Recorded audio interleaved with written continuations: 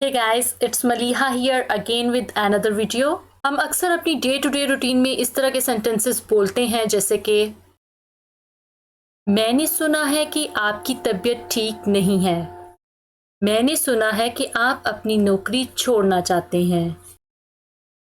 मैंने सुना है कि उसकी शादी हो रही है। मैंने सुना है कि तुम्हारी बहन डॉक्टर है। इस तरह के सेंटेंसेस हम अपनी डे टू डे रूटीन में अक्सर बोलते हैं कि मैंने सुना है कि ये हो रहा है या ये हुआ है। तो इस तरह के सेंटेंसेस को हम इंग्लिश में कैसे बोलेंगे।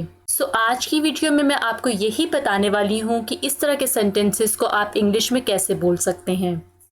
इस तरह के सेंटेंसेस को बनाने के लिए जिस स्ट्रक्चर का यूज किया जाता है वो है आई हैव हर्ड दैट, जिसका मतलब है मैंने सुना है कि।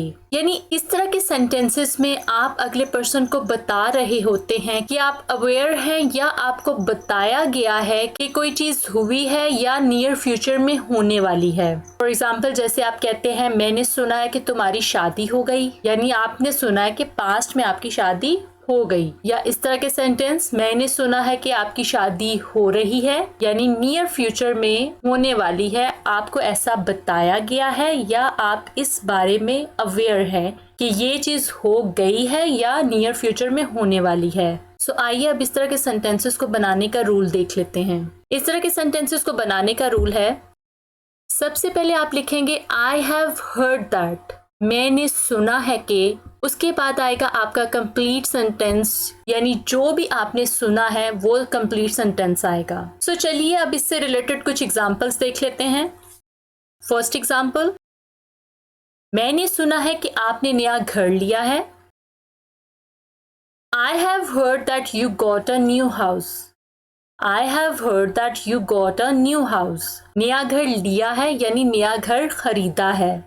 खरीदना के लिए जो वर्ब यूज होती है वो है बाय। बाय की जगह आप गेट का यूज कर सकते हैं। सेंटेंस को इस तरह से भी बनाया जा सकता था, I have heard that you bought a new house. Bought की जगह आप गॉट का भी यूज कर सकते हैं, आई have heard that you got a new house. Next example, मैंने सुना है कि आपको नई नौकरी मिल गई है। आई have heard that you got a new job. I have heard that you got a new job. मैंने सुना है कि तुम्हारी बहन डॉक्टर है। I have heard that your sister is a doctor. I have heard that your sister is a doctor. मैंने सुना है कि आपकी तबीयत ठीक नहीं है। I have heard that you are not feeling well.